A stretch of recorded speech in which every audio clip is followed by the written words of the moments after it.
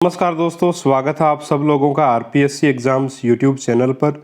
दोस्तों आज अपन व्याकरण शिक्षण की प्राचीन विधियों को पढ़ेंगे और ये अपना यूनिट नंबर 4 का 5वां वीडियो है, तो पार्ट नंबर 4 है और व्याकरण शिक्षण का ये भाग नंबर 2 है।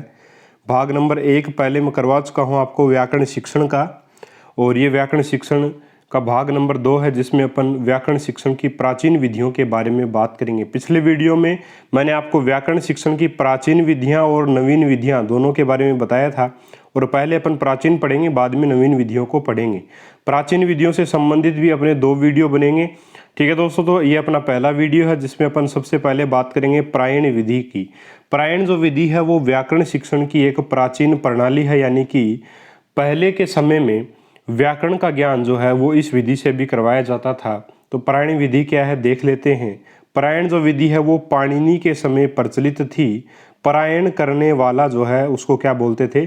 पारायणिक। पारायण करने वाला क्या कहलाता था? पारायणिक। और पारायण करना क्या होता था? यानी एक बार पारायण करने का मतलब है याद करना, यानी कि पारायण में नियमों को रटना तथा उनकी बार बार आवृत्ति करना आता है। पारायण में क्या आता है?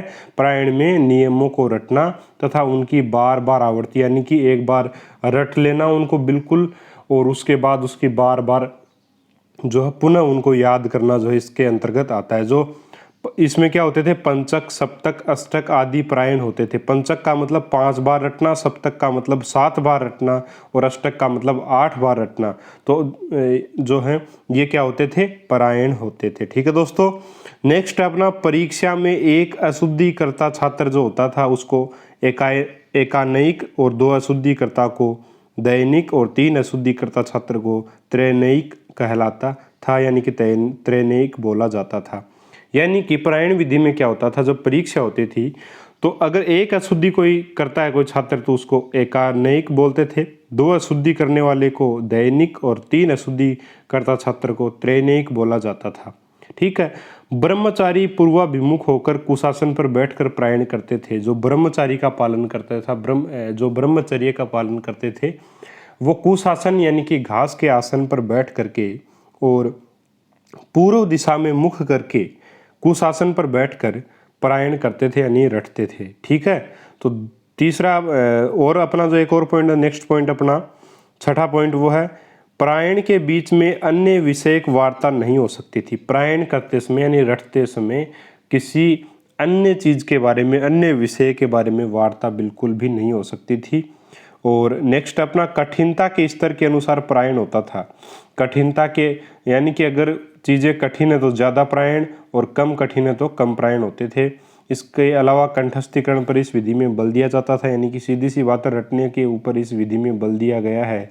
और आवश्यकता एवं कर्म के सिद्धांत का यह अनुपालन करती है, ठीक है। पारायण विधि के सिद्धांत का आवश्यकता एवं कर्म के सिद्धांत का अनुपालन जो है वो करती है। तो ये थी दोस्तों आपकी पारायण विधि, उम्मीद करता हूँ समझ गए होंगे। इसमें मुख्य कुछ बातें हैं। पारायण करने वाले को क्या बोलते हैं? पारायणिक बोलते हैं। पाणिनि के समय प्रचलित थी। एक बार रटने वाला एक बार आप जो 5 बार रटने वाला पंचक, 7 बार रटने वाला सप्तक, 8 बार रटने वाला अष्टक। और रटा कैसे जाता था? कुशासन पर बैठकर पूर्व में मुख करके रटा जाता था। एक गलती कर परीक्षा में एक गलती जिसने की एकायनिक, 2 गलती कर दी उसने दैनिक, और 3 अशुद्धि करता छात्र को त्रैनिक कहलाता था इसमें। तो ये हैं दोस्तों आपकी पारायण विधि, जो कि व्याकरण शिक्षण की एक प्राचीन विधि है। उम्मीद करता हूँ आप इसको समझ गए होंगे। नेक्स्ट विधि की अपन बात करें तो वो अपनी सूत्र विधि। दोस्तों ये भी व्याकरण शिक्षण की प्राचीन शिक्षण पद्धति ही है, और कैसे इसमें क्या कार्य होता था देखते हैं। सूत्र विधि को अपन प्राचीन विधि, पांडित्य विधि और परंपरागत विधि के नाम से भी जानते हैं। व्याकरण के नियमों को सूत्रों के माध्यम से इसमें बताया जाता था, यानी कि व्याकरण के जो नियम हैं, जैसे संधि के सूत्र हो गए आपके, है ना, तो सूत्रों के माध्यम से इसमें नियमों को बताया जाता था। सामान्य से विशेष की ओर, ठीक है, सामान्याद विशेष प्रति, इसका मतलब है सामान्य से विशेष की ओर इसमें चला जाता है। अध्यापक अपने पांडित्य का प्रदर्शन करता है। पांडित्य का मतलब अपने पंडित होने का प्रदर्शन करता है, शास्त्रों के बारे में इसमें बताता है। तो ये आपकी जो सूत्र विधि है इसमें मुख्य क्या बातें हैं? व्याकरण के नियमों को सूत्रों के माध्यम से बताया जाता है। सामान्य से विशेष की ओर चला जाता है, यानी कि सामान्याद विशेषम प्रति। अध्यापक अपने पांडित्य का प्रदर्शन करता है। मनोवैज्ञानिक सिद्धांतों की ये प्रतिकूल विधि है, क्योंकि इसमें भी कंठस्थीकरण पर बल दिया जाता है। जिसमें भी रटने पर बल दिया जाएगा वो मनोवैज्ञानिक सिद्धांतों के विपरीत ही होगी। इसके अलावा पाणिनि और कात्यायन ने इसी विधि का प्रयोग किया। दोनों कौन हैं? संस्कृत के बड़े विद्वान हैं। कात्यायन को वरुचि के नाम से भी जाना जाता था। ठीक है दोस्तों, तो ये है आपकी सूत्र विधि, जिसमें महत्वपूर्ण बातें क्या हैं? व्याकरण के नियमों को सूत्रों के माध्यम से बताया जाता था। इसमें सामान्य से विशेष की ओर चला जाता था। अध्यापक अपने पांडित्य का प्रदर्शन करते थे और मनोवैज्ञानिक सिद्धांतों के प्रतिकूल कंठस्थीकरण पर विशेष बल दिया जाता था।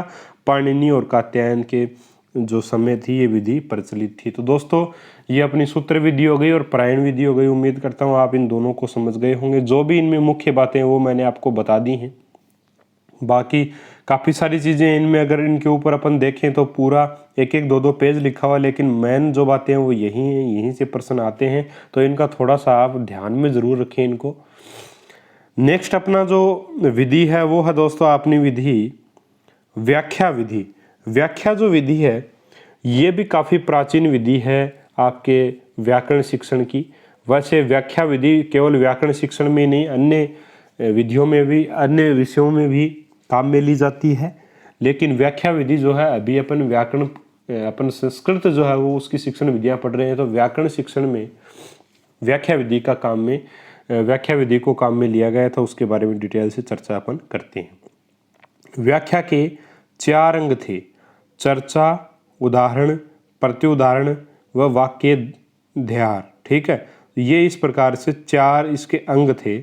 यानी कि पहले चर्चा, फिर उसके उदाहरण दिए जाते, फिर बच्चों से सामने मतलब उदाहरण आते थे, उदाहरण के प्रत्युत्तर में उदाहरण, यानी कि एक जैसे उदाहरण बता दिया तो दूसरा उसी प्रकार का उदाहरण बताना, और फिर वाक्य में उनका प्रयोग करना होता था। तो 4 प्रकार व्याख्या में होते थे, 4 अंग होते थे वाक्य के। पहले चर्चा होती थी, उसके बाद उदाहरण दिए जाते, उसके बाद उदाहरण के बदले उदाहरण, और उसके बाद में उनका प्रयोग जो है, जो चर्चा की गई, जो टॉपिक पढ़ा है उसका वाक्य प्रयोग किया जाता था। पहला चर्चा का मतलब सूत्र में आए पदों का विग्रह करके उन पर चर्चा करना। उदाहरण का मतलब नियम के द्वारा सिद्ध पदों का ज्ञान करना। प्रत्युदाहरण सूत्र में प्रयुक्त प्रत्येक शब्द के अनुसार विपरीत उदाहरणों का ज्ञान। और वाक्याधार सूत्र के कार्य को संपूर्ण करने के लिए अन्य सूत्रों से अनुवर्तन करना। तो वाक्य प्रयोग एक प्रकार से यही है कि सूत्र के अर्थ को संपूर्ण करने के लिए अन्य सूत्रों से अनुवर्त करना। ठीक है, यह आपका वाक्याधार में आ जाएगा। तो इसके ये भी हो सकते हैं। बाकी अपन सिंपल दृष्टि से देखें तो जो मैंने आपको बताया वो भी सही है, लेकिन यहाँ पे इसके अर्थ इस प्रकार से है कि चर्चा का मतलब सूत्र में आए पदों का विग्रह करके उन पर चर्चा करना, और उदाहरण है नियम के द्वारा सिद्ध पदों का ज्ञान करना। प्रत्युदाहरण का मतलब सूत्र में प्रयुक्त प्रत्येक शब्द के अनुसार विपरीत उदाहरणों का ज्ञान करना, यानी कि एक प्रकार से विलोम। फिर है वाक्याध्यार, इसका मतलब सूत्र के अर्थ को संपूर्ण करने के लिए अन्य सूत्रों से अनुवर्त करना, अन्य सूत्रों से जोड़ना। ठीक है दोस्तों, नेक्स्ट अपना पतंजलि ने इसी विधि का अनुकरण किया है। पतंजलि जो हैं उन्होंने इसी विधि का अनुकरण किया है। इसमें सैद्धांतिक पक्ष की बजाय भाषा के व्यवहारिक पक्ष पर अधिक बल दिया जाता है। यह विधि आधुनिक निगमनात्मक विधि के समकक्ष मानी जा सकती है। जैसे निगमन विधि में पहले नियम दिया जाता है, ठीक है, उसके बाद उसके ऊपर उदाहरण करवाए जाते हैं, तो उसी प्रकार से ये विधि है, पहले नियमों के सूत्रों के ऊपर चर्चा की जाती है, उनको सिद्ध पदों में उनका ज्ञान करवाया जाता है नियमों का, और उसके बाद उसके उदाहरण दिए जाते हैं। ठीक है दोस्तों, तो एक प्रकार से आधुनिक जो निगमन विधि है उसी का अनुरूप अपन व्याख्या विधि को मान सकते हैं। तो दोस्तों आज के वीडियो में अपन केवल इन्हीं 3 विधियों को पढ़ेंगे। व्याख्या विधि पढ़ी अपन ने, सूत्र विधि पढ़ी, प्रायण विधि पढ़ी। उम्मीद करता हूँ व्याकरण शिक्षण की ये प्राचीन विधियाँ, तीनों विधियाँ आप समझ गए होंगे। बहुत ही आसान है, और इनकी PDF अगर आपको प्राप्त करनी है तो आप हमारे टेलीग्राम ग्रुप से जुड़ सकते हैं, जिसका लिंक आपको डिस्क्रिप्शन बॉक्स में मिल जाएगा।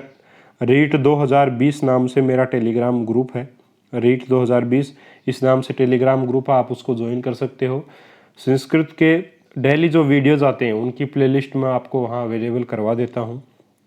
तो दोस्तों ये था अपना यूनिट नंबर 4 का पार्ट नंबर 5। यूनिट 4 बहुत बड़ी यूनिट है और ये कंप्लीट हो जाएगी तो ये मान लीजिएगा आपका सिलेबस बहुत जल्दी ख़त्म हो जाने वाला है। और बाकी 4-5 शायद आपकी 5 से 10 वीडियो और बनेंगे, उसमें पूरा आपका सिलेबस संस्कृत का कंप्लीट हो जाएगा। उम्मीद करता हूँ दोस्तों आज की ये जो विधियाँ प्रायण विधि, सूत्र विधि और व्याख्या विधि ये आपको अच्छे से समझ में आ गई होंगी। मिलेंगे दोस्तों नेक्स्ट वीडियो में एक और नए टॉपिक के साथ, नई विधियों के साथ। तब तक के लिए जय हिंद, जय भारत।